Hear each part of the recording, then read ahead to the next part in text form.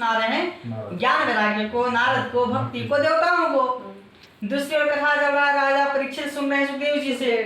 तीसरी ओर कथा चल रहा है, 88,000 ऋषि बैठे हुए, सौनक जी प्रश्न पे प्रश्न किए जा रहे, उत्तर कौन दे रहे, कथा कौन करे, सूत जी महाराज। कथा पे कथा चल रही है।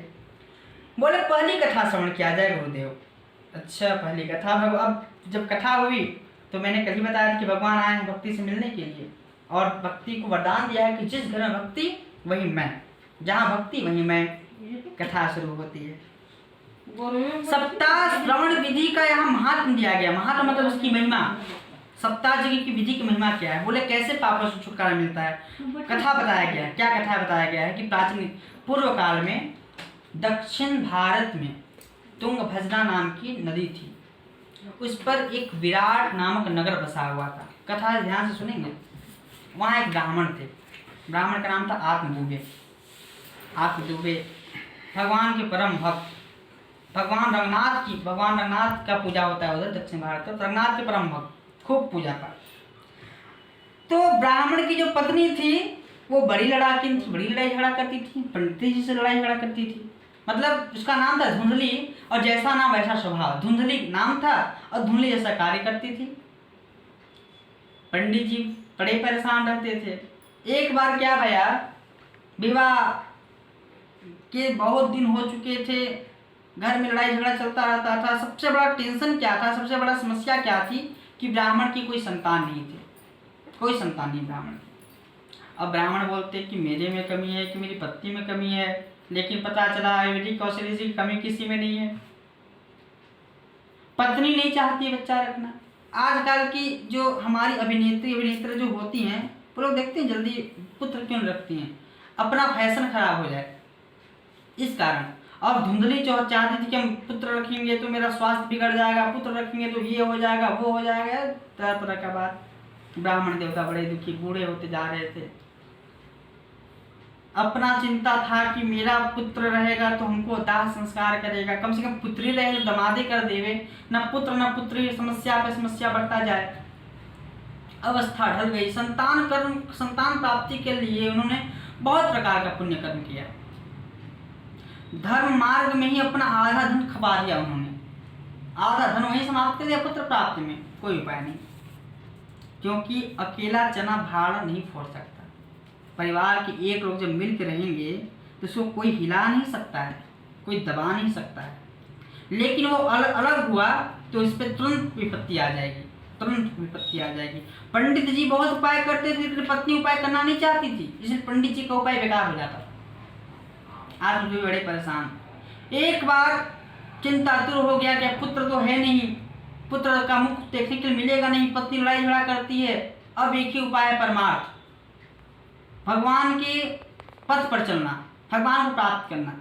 ये सोच करके उन्होंने घर त्याग दिया, घर छोड़ के चले गए जंगल में तपस्या करने के लिए।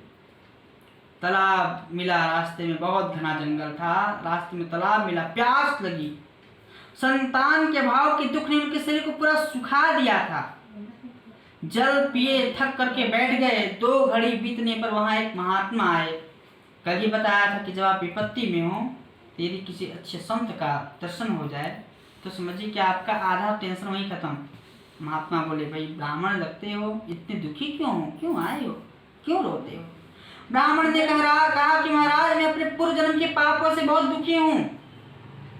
अब मेरे पितर भी मेरी जलांजलि को नहीं लेते हैं, स्वीकार नहीं करते हैं। देवता ब्राह्मण मेरा धन, मेरा पूजा स्वीकार नहीं है। मैं प्राण त्यागने के लिए यहाँ आया हूँ। संतानहीन जीवन को धिक्कार है।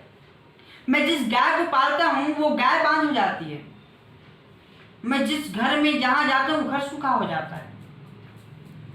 जो पेड़ फूल पौधा लगाते हैं वो सब सूख जाते हैं, सड़ जाते हैं। इस जीवन का रहना ना रहना क्या फायदा है? जीवन से तंग आकर के मैं मरने आया हूँ। ऐसा करके महात्मा के पास फुट फुट कर रोने लगे। महात्मा पहुंचे हुए महात्मा थे, योगनिष्ठ महात्मा थे। ललाट को देखे, ललाट को बोले कि संतान सुख तो है लेकिन पत्नी ठीक नहीं है। फिर भी बोले कि मोह माया सब त्यागो। ऐसा करके उन्होंने उनको कहानी बताया कि पूर्व काल में राजा सगर अंग के संतान के कारण दुख भोगना पड़ा था। ब्राह्मण अब तुम कुटुंब की आशा छोड़ दो, क्योंकि संन्यास में ही सब प्रकार का सुख है। महात्मा समझाते हैं कि तुमने संन्यास लेने का सोचा है, ये बहुत अच्छा सोचा है, क्योंकि संसार में संन्यास के सिवा, वैराग्य के सिवा भगवान की प्राप्ति नहीं हो सकती है। मैंने बताया ना, भगवान की प्राप्ति में कौन साधन है? ज्ञान और वैराग्य। तो वैराग्य से भगवान की प्राप्ति हो सकती है। ब्राह्मण ने कहा कि महात्मा जी, विवेक से मेरा क्या होगा, मुझे तो पुत्र ही चाहिए, और ऐसा संन्यास भी सर्वथा निरस है, जो कि मरने के बाद पुत्र रहे नहीं तो फिर पीढ़ी कौन चलाए, तो ऐसा संन्यास भी बेकार है जिसमें पुत्र पौत्रादि का सुख नहीं है। ब्राह्मण का ऐसा आग्रह देख करके उस महात्मा ने कहा कि मैं तुम्हें एक जड़ी बूटी देता हूँ। महात्मा बैठ गए तपस्या करने के लिए। एक पल के बाद, 1 घंटा के बाद उन्होंने जम के तपस्या किया, और तपस्या के फल से एक फल, सेब का फल उन्होंने हाथ में अपनी शक्ति से, अपने जादू से, अपने चमत्कार से उन्होंने फल लाया। भगवान विष्णु का स्मरण किया, बोला कि ये फल को लो, इस फल को अपनी पत्नी को खिलाना, निश्चित ही गर्भ होगा। और पुत्र तो होगा, लेकिन मेरे आशीर्वाद से है, इसलिए योग्य पुत्र होगा। अब जिसके पुत्र में भगवान का आशीर्वाद हो, भगवान के चमत्कार का फल खा करके मिले, तो पुत्र ऐसा हुआ। राम जी कैसे निकले? पुत्रेष्टि यज्ञ किए तो अग्निदेव स्वयं प्रकट हो गए। अब वैसा को खा करके जब माताएं पुत्र उत्पन्न करेगी, तो पुत्र तो विशालवादी ही बनेगा, सत्यवादी ही बनेगा। महात्मा बोले कि इसमें मेरा चमत्कार है, भगवान का प्रसाद है ये, इस प्रसाद को अपनी पत्नी को खिलाना। तब जो है सो महात्मा जी की बात को सुन के ब्राह्मण ने प्रणाम किए और घर चले गए। पत्नी को, धुंधली को बोले कि धुंधली, ऐसा है कि तुम इस फल को खा लो, महात्मा जी का आशीर्वाद है, कहा गया इस फल को खाने से पुत्र उत्पन्न होगा।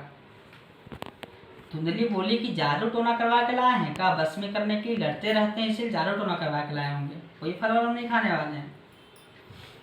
पति बोले कि नहीं खाओगी तो घर से निकाल देंगे, जान मार देंगे, बता दे रहे, कुआं में फेंक देंगे मार के।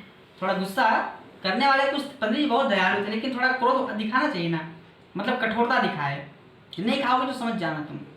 पत्नी बोली खाएं तो पति से झगड़ा, ना खाएं तो भी उपाय सोचे कि क्या किया जाए। तो उनकी एक ननद रानी थी, वो ननद भी गर्भ से थी।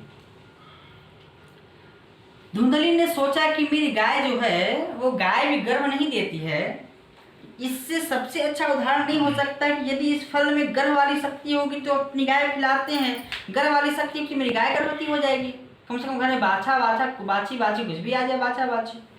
ऐसा करके उसने अपना फल को जो है सो गाय को खिला दिया, अपना फल को गाय को खिला दिया। गाय माता बड़े स्वाद से खा ली, महात्मा जी का आशीर्वाद था, गाय को बड़ा आनंद आया। अब वो बोली कि जब मेरे पति पूछेंगे तो मैं क्या बोलूंगी, फल को खा लिए हैं, संतान नहीं होगा तो ऋषि का श्राप लगेगा, क्या किया जाए। नंद रानी के पास गई और बोली कि तुम गर्भ से हो ना, मैं तुम्हें कुछ रुपया पैसा देती हूँ, उस रुपये पैसे से तो जब तुम्हारा वो पुत्र होगा, उस पुत्र को तुम मुझे दे देना, इसे अपना पुत्र रख लूंगी। तब तक मैं क्या करूंगी, गर्भवती होने का नाटक करूंगी, ड्रामा करूंगी, मतलब पेट को बड़ा कर लेना, मतलब लगना चाहिए कि गर्भवती है, इस प्रकार का नाटक कर लूंगी। नर्मदा ने बोली ठीक है। पति आए, कुछ फल खा लिया, हाँ खा लिया। समय बीतता गया। 6 महीने तक, 6 महीने के बाद पेट थोड़ा सा जब पति को लगा कि हाँ गर्भवती हो रही पति, तो बड़ा खुश हो गए पति देव। इसके पश्चात कुछ ही क्षणों में गाय माता ने एक सुंदर पुत्र को जन्म दिया, बछड़ा नहीं, पुत्र को जन्म दिया, क्योंकि वो जो फल था वो पुत्र वाला था, बछड़ा वाला तो था नहीं। भले गाय के पेट से निकला, लेकिन पुत्र जैसा निकला, लेकिन गाय के अंश से निकला, जो गाय का एक अंश था वो गाय जैसा था, उसका कान जो था वो गाय जैसा था। महाराज आत्म दुबे ब्राह्मण बहुत प्रसन्न हुए, इतना तेजस्वी, गाय के जैसा सफेद एकदम, कान गाय के जैसा, तेज चेहरा में एकदम तेज है, बचपन से ही शुरू, जैसे आदमी लड़का लोग रोता है ना, बच्चे रोते हैं, उन्होंने शुरू कहा नारायण। ब्राह्मण देव खुश हो गए हो, साक्षात विष्णु भगवान आ गए का, नारायण नारायण करे, नारद जी आ गए का हो, बड़े प्रसन्न। कुछ एक आध महीना बाद इधर उसकी जो रानी थी वो भी गर्भवती, उसको एक पुत्र हुआ। रात में ऐसा हुआ कि पत्नी बोली कि अब हमको हॉस्पिटल लेके जाइए, हमको अस्पताल लेके जाइए, पेट में दर्द और नाटक कर रही है। पति और खुश हो गए कि डबल बच्चा होने वाला है। रात में ऐसा इंतजाम हुआ कि नंदा रानी चुपके से अपना संतान को भिजवा दी, इधर चुपके से किसी को कुछ पता नहीं चला, और सुबह सुबह पता चलता है कि मेरी पत्नी को ही पुत्र हुआ है। पुत्र तो उसका था नहीं, अब मेरा पुत्र हुआ, मेरा पुत्र हुआ है।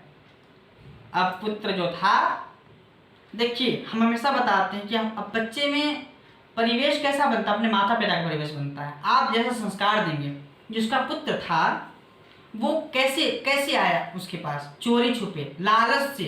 अब लालच का बेटा जन्म लेगा तो लालची जैसा बनेगा ना, लालच का बेटा लालच जैसा बनेगा। उसका नाम रखा गया धुंधकारी, धुंधली का बेटा धुंधकारी, और इसका गौ का जो बेटा था उसका नाम रखा गया गोकर्ण। दोनों बच्चे साथ में बड़े, एक आध महीना के आगे बढ़े थे। गोकर्ण जी महाराज पिता का हर आज्ञा का पालन करते थे, हर आज्ञा का पालन। 5 साल के अंदर उनको 18 वेद, 4 वेद, 18 पुराण, 6 शास्त्र, 69 उपनिषद सब स्मरण 5 साल के अंदर। और गोकर्ण 10 साल का हो गया, लेकिन उसको ढंग से बात करना नहीं आता था। धुंधकारी को बात करना नहीं आता था। हाँ, धुंधकारी को बात करना नहीं आता था ढंग से। पिताजी बोले कि गजी भारती ये मेरा बेटा है और ये जैसे गौ का पुत्र है। तो पिता बोले कि गोकर्ण ज़्यादा संस्कारी है, गोकर्ण को अपने साथ रखेंगे। बस गोकर्ण को साथ में लग गए। अब बेटा निकला चोर, 1 नंबर का जुआरी, 10 साल का हुआ। पहले घर से पैसा चोरी करता, माँ और छूट दे देती, जाने दीजिए 2 रुपया लिया है ना, इसीलिए कहते हैं चोरी चोरी। 2 रुपया भी क्यों उठाया तुम, डांटिए बच्चा को यहीं पे, नहीं तो बाद में वही बड़ा गलती करेगा। तुरंत छोटी छोटी गलती पे टोकिए बच्चों को, इतना मत टोकिए कि बाद में आपको अपनी बात न बता पाए। प्रेम से समझाइए, बेटा ये गलत है, बेटा ऐसे नहीं करना चाहिए, ऐसे करना चाहिए। लेकिन माँ ने पूरा छूट दे दिया, 2 रुपया लिया है ना जी, काहे झगड़ा कर रहे हैं, 10 रुपया लिया ना, काहे झगड़ा कर रहे हैं। बेटा को मिल गया सब। एक दिन ब्राह्मण देवता पूजा करा के आए, 5000 रुपये निकाल लिया पॉकेट से। ब्राह्मण देवता खोजते रह गए, पता नहीं चला। अगले दिन पता चला कि बेटा जुआ में हार गया है। पिताजी ने बहुत मारा तो उसने भी पिता को मार दिया, 1 थप्पड़ खींच के मारा धुंधकारी ने। पिता को बड़ा अपमान, ये मेरा बेटा हो नहीं सकता है, गोकर्ण ने मेरी इज्जत को बढ़ाते हैं और ये मेरा पुत्र मुझे मारता है, संन्यास ले लूंगा मैं, यहाँ से चला जाऊंगा। गोकर्ण के पास गए, गोकर्ण जी महाराज ने अपने पिता को समझाया है। क्या अक्सर देखा जाता है कि पुत्र समझाते हैं पिता को, लेकिन यहाँ ज्ञान की तुलना है। भगवान कपिल का आपने नाम सुना है? कपिल भगवान आपने नाम सुना? कपिल भगवान अपनी माँ को शिक्षा दिया उन्होंने। माँ उनकी नीचे बैठ के कथा सुनी है, और भगवान कपिल मात्र 5-10 साल के होंगे, ऊपर आसन जमा के कथा कहे माँ को समझाए भगवान। आगे कथा आप सुनेंगे भागवत में। कपिल मुनि, कपिल भगवान विष्णु के साक्षात अवतार।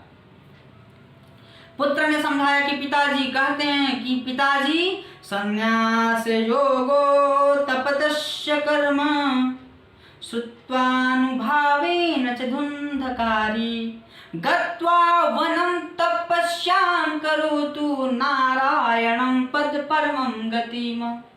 आप ऐसा कीजिए पिताजी कि संसार एक माया है, संसार एक मोह है, यहाँ कोई किसी का अपना नहीं है। आप जिस पुत्र के लिए मरे जा रहे हैं वही पुत्र आपको जला के आ जाएगा शमशान में। आपके मरने के 12 दिन का काम करके आपको भूल जाएगा।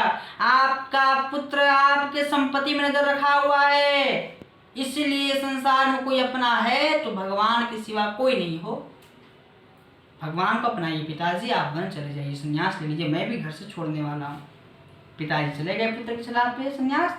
इधर इन्होंने भी घर को छोड़ दिया, गया अयोध्या, ये सब चले गए विद्या प्राप्त करने के लिए। अब बेटा को बोलने वाला कोई नहीं, धुंधकारी बिना लगाम का घोड़ा, जने मन तने दौड़े। माँ तो खुला छूट दे रखी है। एक दिन की बात है, बेटा हो गया 18 साल का, वेश्यावृत्ति करने लग गया, लड़कियों में पैसा लुटाने लग गया एक बार। अब माँ जो उसमें जो बैंक था नहीं कि बैंक में पैसा, घर का पैसा सब बेटा लुटा लिया। अब माँ को लगा कि पैसा नहीं, तो माँ भी बोलना शुरू कर दी कि इतना पैसा काहे खर्चा करता है, कमाता नहीं है, पिता को भिजवा दिया। तो पुत्र ने माँ के बाल को पकड़ लिए कि तेरी कैसी हिम्मत, तूने मुझे कैसे बोला, भाग मेरे घर से। माँ बोली कि मेरा बेटा मुझे धक्का मार के निकालता है, जिसके लिए मैं अपने पति से लड़ गई, वो बेटा मुझे, मेरा ही दुर्भाग्य है, मैंने ही इसे सह दिया था। बेटा बोली अब कहाँ जाऊंगी, बेटा रख ले, मैं कुछ नहीं बोलूंगी तुझे। एक बार बेटा जुआ खेलने गया, जुआ खेल के पूरा धन हार गया, आया माँ के पास रात में मदिरा पी करके, कहाँ है तू, पैसा दे। माँ बोले कहाँ से दूं पैसा, मंगलसूत्र पर इसको उतार, मैं इसे बेचूंगा।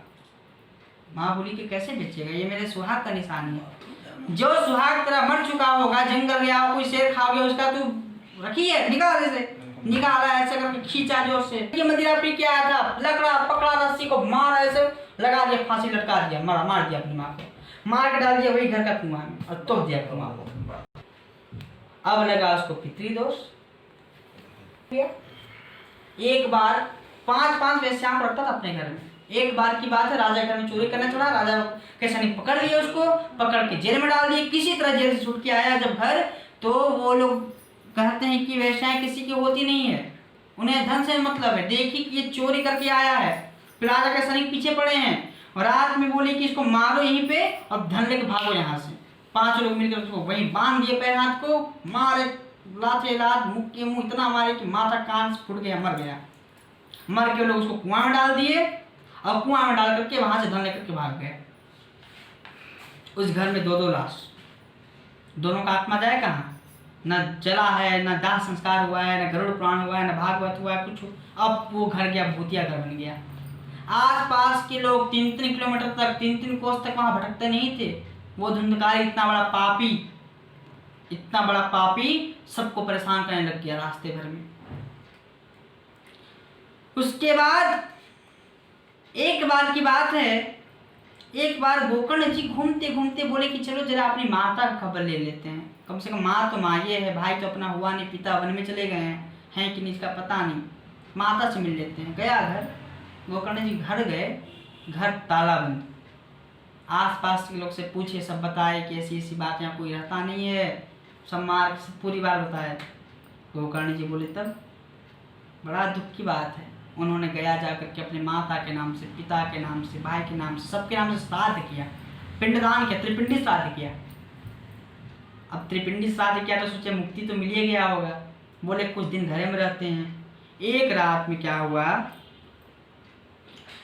कि आधी रात के समय धुंधकारी ने अपना बड़ा विकट रूप दिखाया, कभी भेड़ा बन जाता, कभी हाथी, कभी भैंसा, कभी इंद्र, कभी अग्नि का रूप, डराने लग गया गोकर्ण को। गोकर्ण बोले कौन है तू रे, प्रेत कहीं का, सामने आ, नहीं तो अभी तुझे जला के भस्म कर दूंगा। मंत्र पढ़े और छीटे वहीं पे, धुंधकारी सामने आ गया। गोकर्ण कहे कौन है तू? प्रेत बोला कि मैं तुम्हारा भाई हूँ, मेरा नाम धुंधकारी है, मुझे मुक्ति चाहिए भैया। गोकर्ण बोले कि आज तुझे पता चला है कि मैं तेरा भाई हूँ, तूने मुझे आज भैया बोला है? जब तुझे प्रेत योनि से मुक्ति चाहिए तो तुझे खबर ये मिला कि एक तेरा भाई भी, एक तेरा भैया भी है। मुझे सब पता चला है तेरे बारे में, अपनी माँ को मारा तुमने, तेरे वजह से मेरे पिता ने जंगल में जा करके जंगल रहे हैं, इतना नीच दुष्ट कहीं का, फिर भी तू मेरा भाई है, कुछ तो करना ही पड़ेगा।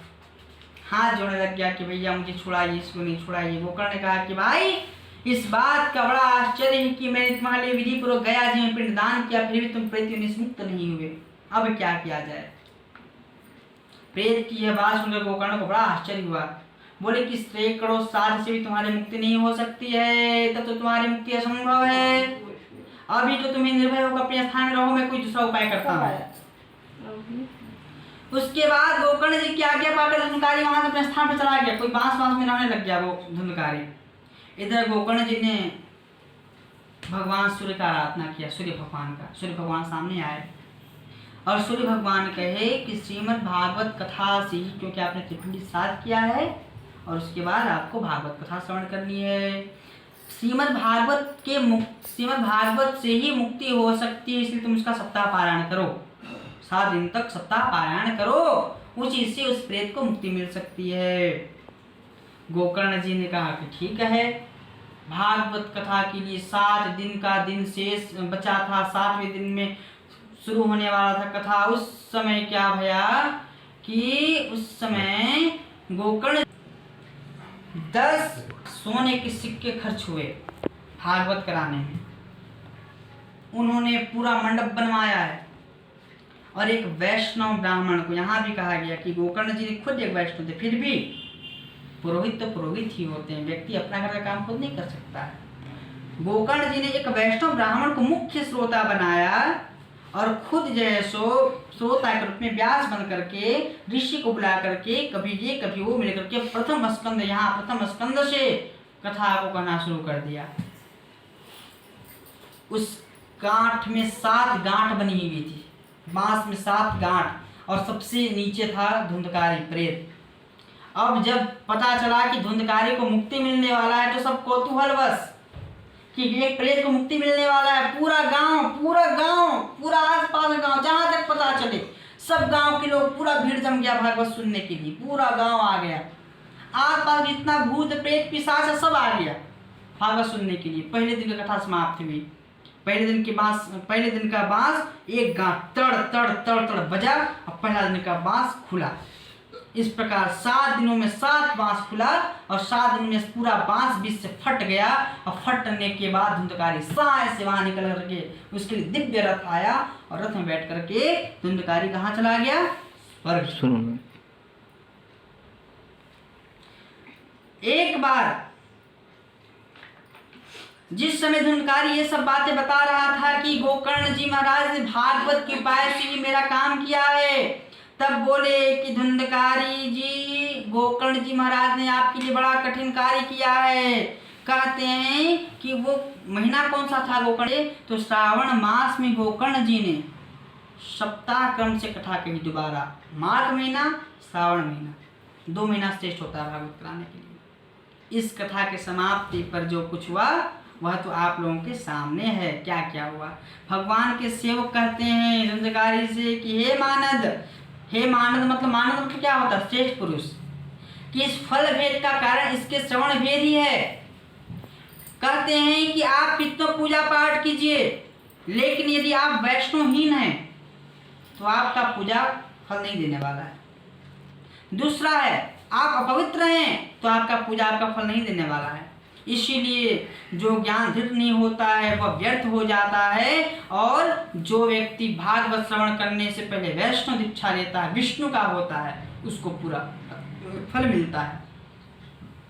और गोकर्ण जी महाराज ने आपको साक्षात गोलोक धाम में पधारा है। इस प्रकार की सप्ताह जगह की विधि। अब जैसे भागवत जब प्रेत लोग का मुक्ति हो गया तो आसपास के लोग पहुंच गए भागवत का विधि जानने के लिए कि भागवत का विधि क्या है। तब यहाँ विधि बताई गई है। अब सुनिए विधि, आप ध्यान सुनिए खास कर। सनकादि कहते हैं कि नारद जी, अब हम आपको सप्ताह श्रवण की विधि बताते हैं। यह विधि प्राय लोगों की सहायता से होता है। पहले आपको बता दिए, समाज में मार उठाइए। लोगों की सहायता, पहले कहा गया कि लोगों की सहायता से होती है, और धन्य से साध्य कहेगी, धन्य खूब लगता है, धन लगेगा, लोगों की सहायता से होगा। पहले तो अब क्या करना चाहिए कि यत्न पूर्वक किसी ज्योतिषी को, किसी पंडित जी को बुलाकर मुहूर्त पूछना चाहिए कि कब का मुहूर्त है, माघ महीने में कब करें, मुहूर्त देख के बताइए। जितना विवाह के लिए धन, यहाँ लिखा गया है कि जितना धन विवाह के लिए प्रयोग कीजिए उतना ही धन इस कार्य के लिए करना चाहिए। कथा आरंभ करने से भाद्रपद, भादो का महीना, आश्विन का महीना, कार्तिक का महीना, माघ का महीना, आषाढ़ का महीना और सावन का महीना, ये 6 महीना श्रोताओं की मुक्ति की प्राप्ति के कारण। 6 महीना, भादो का महीना, आश्विन का महीना, कार्तिक का महीना, माघ का महीना, आषाढ़ का महीना और सावन का महीना, ये 6 महीने में भागवत करना चाहिए। जितना शादी में खर्च लगता है उतना खर्च भागवत बनाने में लगता है। देवर्षि, इन महीने में भद्रा, व्यतिपात आदि कुयोग का सर्वथा त्याग देना चाहिए, तथा जो लोग उत्साही हैं, आपको बोले ना कि जो लोग आपके साथ हैं उनको यहाँ सहायक भी बना लेना चाहिए, कहा गया है, उनको जोड़ दीजिए अपने साथ। हाँ भाई, कुछ दिन आप लगाइए, कुछ दिन हम लगाएंगे, जोड़ दीजिए, बिल्कुल जोड़ दीजिए। अब तो भागवत आपको आदेश दे रहा है ये करने का। और क्या है कि मतलब कहने का तात्पर्य के बाद छपाना चाहिए कि मेरे घर में इतना देर से कथा हो रहा है, आप लोग सपरिवार सादर आमंत्रित हैं। फिर स्त्री और शूद्र आदि भगवत कथा के संकीर्तन दूर पड़ गए हैं, उनको भी सूचना कर दीजिए। जो लोग शूद्र हैं, जो लोग आपको नहीं चाहते हैं, जो लोग आपसे शत्रुता के, सब कि मेरे घर सबको मुक्ति मिलेगा, मेरी तरफ से फ्री ऑफर है, सबको मुक्ति मिलेगा। और क्या है कि इसमें जो विरक्त वैष्णव हैं, वैष्णवों को, साधु संतों को, हरि कीर्तन के प्रेमी, उन सबके पास निमंत्रण पत्र अवश्य भेजें। उन्हें लिखने की विधि बताई गई है, क्या लिखना चाहिए। देखिए अब क्या लिखना चाहिए पत्र में, वो लिखा गया है कि महानुभावों, यहाँ मतलब मेरे स्थान में, यहाँ लोहरदगा झारखंड, यहाँ पे मेरे घर में 7 दिन तक सत्पुरुषों का बड़ा दुर्लभ समागम रहेगा। अतः श्रीमद् भागवत की कथा होगी, रसमयी कथा होगी, भजनमयी कथा होगी। आप लोग भगवत रस के रसिक हैं, मतलब भगवान के आप लोग भक्त हैं, अतः श्रीमद् भागवत कथामृत का पान करने के लिए प्रेम पूर्वक शीघ्र ही पधारने की कृपा करें। यदि आपको विशेष अवकाश न हो तो भी 1 दिन के लिए सही, लेकिन आप यहाँ अवश्य ही पधारें, क्योंकि आप जितना वैष्णव को, जितना संत को बुलाएगा अपने घर में, आपको उतना जल्दी मुक्ति मिलेगा। क्यों?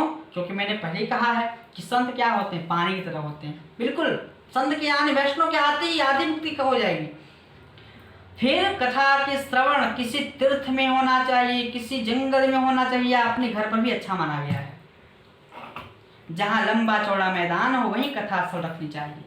भूमि का जहाँ करेंगे वहाँ शोधन मतलब लिपना, शोधन मतलब झाड़ पचोड़ा, झोलन, मार्जन मतलब लिपना धोना, लेपन करना चाहिए, रंग बिरंगी धातुओं से चौक पुरना चाहिए, घर की सामग्री उठाकर एक कोना में रख दें। 5 दिन पहले ये सब करना चाहिए। एक एक बिछावने के, एक एक वस्त्र को एकत्रित कर लें, सबको धो दीजिए, पूरा करके एक एक बिछौना को धो दीजिए। केले के खंभे शोभित एक ऊंचा झंडिया लगाकर तरह तरह के सामान से पूरा घर में केला का पत्ता, जितना द्वार वहाँ केला का पत्ता रहेगा, आम का पत्ता से लड़ी बना रहेगा, और में फल पुष्प पत्र चंदवे चंदन से अलंकृत करें तथा चारों ओर शंख चक्र लिखवा दें, शंख चक्र गुदवा दें, स्वस्तिक बनवा देवें। उस मंडप में, मंडप बनाना, उसके बाद मंडप में कुछ ऊंचाई पर 7 विशाल लोकों की कल्पना करें। 7 लोक होते हैं उनकी, और उन्हें विरक्त ब्राह्मणों को बुला बुला कर बैठाएं। 7 ब्राह्मण को बैठाने के लिए कहा गया है, मतलब आचार्य, 4 लोग आपको बताया था रात में कि 4 लोग प्यार के साथ, उन सबको मिलाकर 7 लोग को बुलाना है। 1 दिन के एक, मतलब 1 स्कंद के 1 ब्राह्मण, 7 स्कंद, 7 दिन की कथा होती है, तो 1 दिन के 1 ब्राह्मण से 7 ब्राह्मण बुलाने को कहा गया है। उसके बाद है इसके पीछे वक्ता के लिए एक दिव्य सिंहासन का प्रबंध करें। जो आपके वक्ता होंगे, जो आपकी भागवत कथा के, उनके लिए दिव्य सिंहासन का व्यवस्था किया जाए। यदि वक्ता का मुख उत्तर की ओर है तो श्रोता पूर्वाभिमुख बैठिए। अगर मैं ऐसे बोल रहा हूँ तो आप ऐसे बैठिए, बिल्कुल सामने। उत्तर में मेरा मुंह है तो आपको पूर्वाभिमुख बैठना चाहिए। तो उसके बाद है, और यदि अथवा वक्ता का श्रोता का मुख पूर्व होकर ही बैठना चाहिए, मतलब कि या हम ऐसे करके, आपको ऊपर बताया था व्यवस्था, हम ऐसे बैठेंगे तो आपको इधर मुंह करके बैठना, पूर्व तरफ। अच्छा पूर्व इधर हो गया। हाँ कि देखिए, अब देखिए वक्ता किसको बनाना चाहिए। कहा गया है कि वेद शास्त्र की स्पष्ट व्याख्या करने में जो समर्थ हो, सबको नहीं, जो विरक्तो वैष्णव विप्रो वेद व्यास विशुद्धिकृत। वक्ता कौन हो? वक्ता बड़े होने चाहिए जो वेद शास्त्र की स्पष्ट व्याख्या करने में समर्थ हो, कुछ आपको दृष्टांत दे सके, और विवेकी हो, अत्यंत निष्प्रिय हो। ऐसे विरक्त विष्णु भक्त को, ब्राह्मण को वक्ता बनाना चाहिए। श्रीमद् भागवत के प्रवचन में ऐसे लोगों को नियुक्त करना चाहिए जो पंडित होने पर भी अनेक धर्मों के चक्कर में पड़े हुए हैं, नहीं नियुक्त करना चाहिए। ऐसे पंडितों को नहीं बुलाना चाहिए जो पंडित तो हैं, ब्राह्मण तो हैं, लेकिन मतलब समझ जाइए सब कुछ खाते पीते हैं, ऐसे लोगों को नहीं बुलाना चाहिए। वक्ता के पास उनके सहायता के लिए एक वैसा ही विद्वान स्थापित करना। आपको पता है विस्थापित मतलब वक्ता की सहायता के लिए, मतलब भजन गाने के लिए विस्थापित करना चाहिए। वहाँ भी सब प्रकार की नीति वहाँ बनानी चाहिए। आगे क्या कहा है? कथा प्रारंभ करने से 1 दिन पहले व्रत ग्रहण करने के लिए वक्ता को छौर कराना चाहिए। छौर कर्म करा लीजिए, 1 दिन पहले ही छौर कर्म कराना, 7 दिन से पहले। और नियमित उसी दिन आपका जन्म धारण होगा, और नियमित 7 दिन तक यज्ञोपवीत संस्कार, कोई गड़बड़ी नहीं। 7 दिन तक, 7 दिन तक 7 को दिया जलेगा अखंड, 7 को दिया अखंड, ऐसे 2 चल रहा है, जैसे 7 दिया जलेगा 7 दिन में।